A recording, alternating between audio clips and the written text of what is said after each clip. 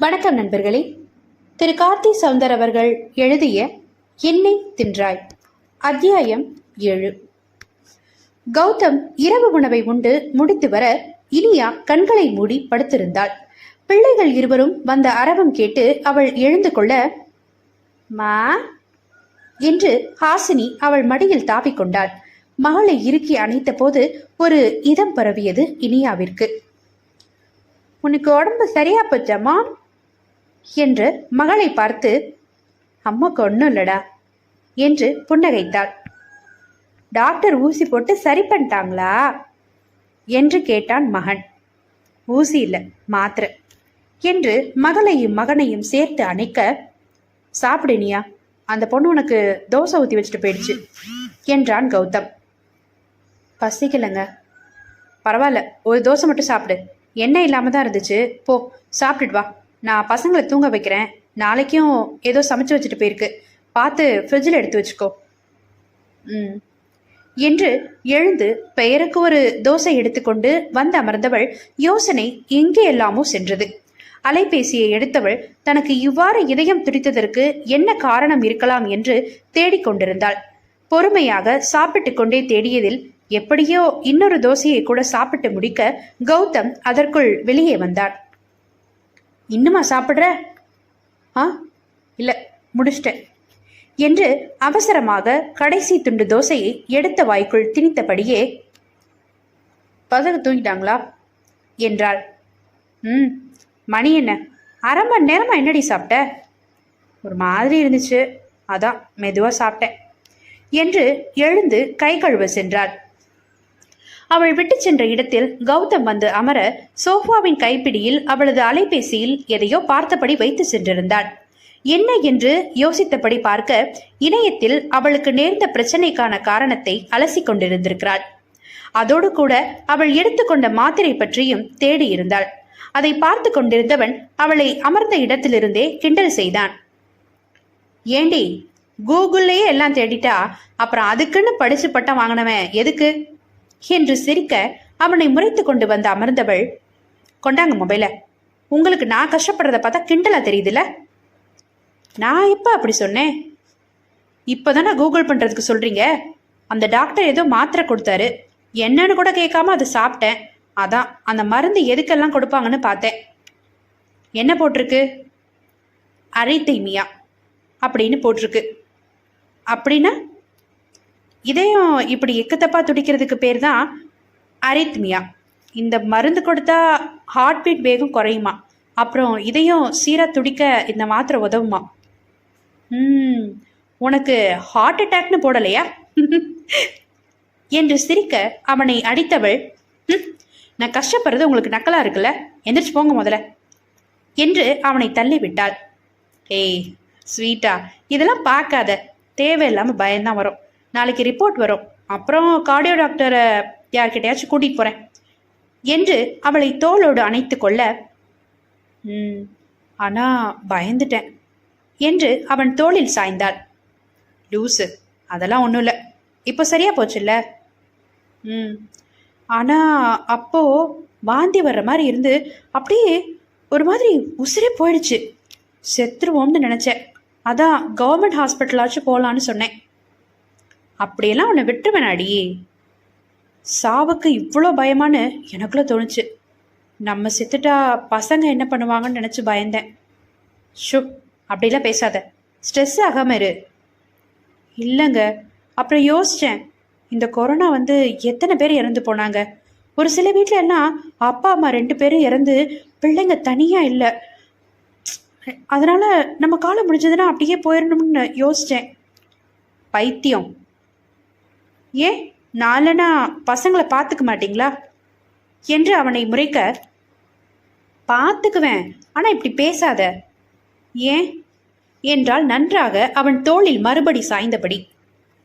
என்ன யார் பார்த்துக்குவா என்றான் அவள் தலையின் மேல் அவனது தாடையை பதித்து. அந்த கேள்விக்கு இனியாவிடம் பதில் இல்லை. கௌதமும் அதன் பிறகு பேசவில்லை. சில நிமிடங்கள் கழித்து, ஒரு பாட்டு பாடுங்களேன் என்றாள் இனியா.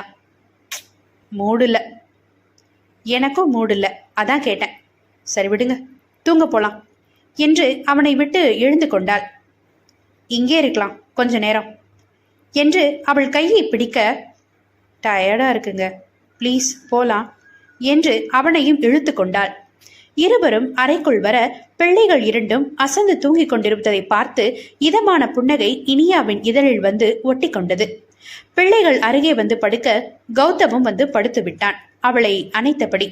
அவனது கையை இயல்பாய் எடுத்து விட்டவள், நெஞ்சு அமுக்கிற மாதிரி இருக்கு, அந்த பக்கம் திரும்பி படுங்க. என்னைக்குதான் உனக்கு நல்லா இருந்திருக்கு, பொடி என்று கோபமாக மறுபுறம் திரும்பி படுத்தான். நைட்டு முடியலன்னா எழுப்புவேன், அதனால அலர்ட்டா தூங்குங்க. அதான் நான் தொடலையே, உனக்கு ஒன்றும் ஆகாது, பேசாம தூங்கு. இப்போல்லாம் பாட்டுனா பாத்ரூம்ல மட்டும்தான், பொண்டாட்டினா படுக்கைக்கு மட்டும்தான் இல்ல என்று அவன் புறம் திரும்பி சொன்னவளை ஒரு முறை திரும்பி பார்க்க அவள் அவனை கண்ணுக்கு கண் பார்த்துவிட்டு பிள்ளைகள் புறம் திரும்பி படுத்து கொண்டாள்.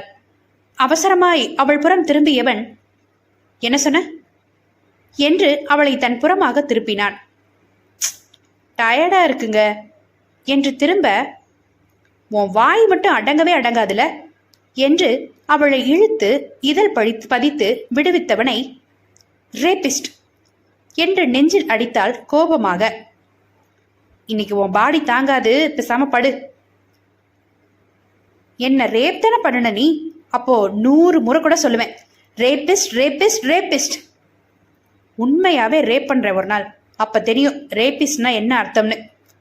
நீ பண்ணது அப்ப என்னதுரா? என்னடி டாக்டர் கொடுத்த மாத்திரை நல்ல வேலை செய்து போல, சத்தம்லாம் ஜாஸ்தியா வருது, அப்போ ஒரு ரவுண்டு போவோமா என்று கேட்டதுதான் தாமதம். வேக வேகமாய் குழந்தைகள் புறம் திரும்பியவள் அவர்களை ஒட்டிக்கொண்டு படுத்துவிட, அப்படியெல்லாம் உன்னை விட முடியாது என்று அவளை தன்னருகே இழுத்தான். ப்ளீஸ் பா, அடிச்சி தூங்கு, ஆசைதான் உனக்கு என்று அவள் தலையில் செல்லமாக கொட்டியவன் அவளை கட்டிக்கொண்டே படுத்து விட்டான். ஆனால் இனியாவின் பசுமையான நினைவுகள் பின்னோக்கி அவளது 10 வயதுக்கு சென்றது. கிட்டத்தட்ட 20 வருடங்களுக்கு முன்னால் 2001ஆம் ஆண்டு நவம்பர் மாதம் 30ஆம் தேதி வெள்ளிக்கிழமை 9ஆம் வகுப்பு, 10ஆம் வகுப்பு, 11ஆம் வகுப்பு மற்றும் 12ஆம் வகுப்புகளுக்கு மட்டும் நடக்கும் எக்ஸ்ட்ரா கரிக்குலர் ஆக்டிவிட்டிஸ் நடந்து கொண்டிருந்தது. பொதுவாக மாணவர்களுக்கு படிப்பு தவிர்த்து அவர்களது மற்ற திறமைகளை வெளிக்கொணர்வதற்கு என்று எல்லா மாதங்களிலும் கடைசி வெள்ளிக்கிழமை மாலை 1 மணி நேரம் இந்த வகுப்பு நடக்கும். குறிப்பாக ஏதோ ஒரு போட்டி என்று இல்லாமல் மாணவர்கள் தங்களுக்கு விருப்பமான ஏதாகிலும் ஒன்றை தேர்வு செய்து அந்த நாளில் தனது சக மாணவர்கள் முன்பு அதனை காட்சிப்படுத்தலாம். சிறப்பான மற்றும் வித்தியாசமான முயற்சிகளை வகுப்பின் ஆசிரியர் ஊக்குவித்து பரிசுகள் வழங்குவார். கவிதை வாசிப்பது, ஓவியம் வரைவது, ஏதாகிலும் ஒரு தலைப்பை குறித்து பேசுவது, பாடுவது, நடனம் ஆடுவது என்று தனிநபர் பங்களிப்பு மட்டுமில்லாமல் நண்பர்களாக சேர்ந்து நாடகம், கூட்டு நடனம் என்று கூட மாணவர்களை உற்சாகப்படுத்துவார். இந்த வகுப்புகளின் போது மாணவர்களின் தனிப்பட்ட திறனை அறிந்து அதை இன்னும் மேம்படுத்தவே மாதம் ஒருமுறை இந்த வகுப்பு நடக்கும். மதியம் 3 மணிக்கு ஆரம்பித்து 4 மணி வரை நடக்கும் நிகழ்ச்சியில் மாணவர்கள் மிக உற்சாகமாக கலந்து கொள்ளுவர். அதற்கு முக்கியமான காரணம் அந்த வகுப்பில் மாணவர்களின் படிப்பு சம்பந்தமாக எதையும் கேட்பதில்லை என்பதே. அன்றும் இனியாவின் வகுப்பில் மதியம் 3 மணி வகுப்பில் எல்லோரும் கூடிவிட ஒரே அமெரிக்கையும் கேலியுமாக இருந்தது. இனியா அப்போது 9ஆம் வகுப்பு படித்துக் கொண்டிருந்தாள். அவளது வகுப்பின் ஆசிரியர் மாணவர்களோடு நடனம், கவிதை வாசிப்பு என்று வகுப்பே ஆரவாரமாக சென்றது. இனியா அன்று நாமக்கல் கவிஞர் வே. ராமலிங்கம் பிள்ளை பற்றி உரையாற்றினாள். பொதுவாக கவிஞர்கள் என்றாலே எல்லோரும் சுப்பிரமணிய பாரதி பற்றி மட்டுமே பேச, அவள் வித்தியாசமாக நாமக்கல் கவிஞர் வே. ராமலிங்கம் பிள்ளை பற்றி பேசியதை அவளது வகுப்பு ஆசிரியர் பாராட்டி அவளுக்கு ஒரு பென்சில் பரிசாக கொடுத்தார். அன்று அவளது வகுப்பில் அவளோடு கூட இன்னும் சில மாணவர்கள் பரிசு வாங்கினார்கள். வகுப்பு முடிந்து 4 மணிக்கு எல்லோரும் கிளம்ப இவர்கள் வகுப்பு முதல் தளத்தில் இருந்தது. இவள் படிக்கும் பள்ளியில் தரைத்தளம், 1ஆம் தளம் மற்றும் 2ஆம் தளம் என்று இருக்கும். அதில் 1ஆம் தளத்தில் இவர்கள் வகுப்பு தான் முதலில் இருக்கும். முதலாவதாக 9ஆம் வகுப்பு பிரிவுகளும் அதன் பின் 10ஆம் வகுப்பு பிரிவுகளும் இருக்கும். அதன் பிறகு படிக்கட்டுகள் இருக்க, படிக்கட்டுகளின் மறுபுறம் தமிழ் எழுத்து ட வடிவில் பக்கவாட்டில் 11ஆம் வகுப்பு பிரிவுகளும் அதன் பின் 12ஆம் வகுப்பு பிரிவுகளும் இருக்கும். இவர்கள் வகுப்பில் இருந்து வரும்போது 11ஆம் வகுப்பு ஜன்னல் வழியே அவர்கள் வகுப்புக்குள் நடப்பது தெரியும் என்பதால் அங்கே எதேச்சையாக பார்க்க அவர்கள் வகுப்பில் பாட்டு பாடும் சத்தம் கேட்டது. இனியாவும் அவளது தோழி சோனியாவும் நடந்து வர பாட்டு சத்தம் கேட்டு அங்கே பாடுவது யார் என்று கவனித்தனர். அதற்குள் அங்கே பாடிய மாணவன் பாடி முடித்துவிட மாணவர்கள் அமர்க்களமாக கைத்தட்டினார்கள். அதற்கு மேலாக அவர்கள் வகுப்பில் ஒன்ஸ் மோர் என்று மறுபடியும் பாட சொல்லி சத்தம் போட ஆசிரியரும் ஆமோதித்து பாடச் சொன்னார். அந்த மாணவன் ஒரு புண்டகை மட்டும் சிந்திவிட்டு மறுபடியும் பாட ஆரம்பிக்க அதற்குள் இனியாவும் அவள் தோழியின் படியின் அருகே வந்து விட்டனர். இப்போது அவன் பாடுவதும் அவனது உருவமும் நன்றாக தெரிந்தது. இவர்கள் நின்று கவனித்தது போலவே இன்னும் சில வகுப்பு மாணவர்கள் கூட கவனிக்க கௌதம் அந்த பாடலை பாடிக்கொண்டிருந்தான். அந்த வருடத்தில் வெளிவந்த 12B படத்தின் ஒரு பாடலான ஆனந்தம் பாட்டினை உச்சரிப்பு பிசகாமல் பாடிக்கொண்டிருந்தான். பிரேம்ஜி அமரன் மற்றும் கிளின்டன் சரோஜா குரலில் வரும் பாடல் அந்த காலகட்டத்தில் மிகவும் பிரபலமான உற்சாகம் தரும் பாடல். கௌதம் பாடிக்கொண்டிருக்க இனியாவும் அவள் தோழியும் படியின் அருகேயே நின்று ரசித்து கேட்டுக்கொண்டிருந்தனர் என்பதையும் கௌதம் ஜன்னல் வழியே பார்த்திருந்தான்.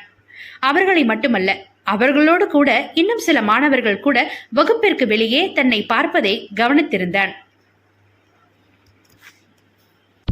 Hey girl, you gotta sit back, relax while I hit you with the tale of Shakti. Who is me? I want you to move your body. So let me end the rap and sing it for you. Hey yo, 7, 6, 5, 4, 3, 2, 1. Would you like some fun on the highlight? The sun, because the Anandam so fine. So do you wanna be just mine? So get your groove on all night. We got the dum dum dum, say Anandam. Check it out, yo. Come on, say check it out, yo.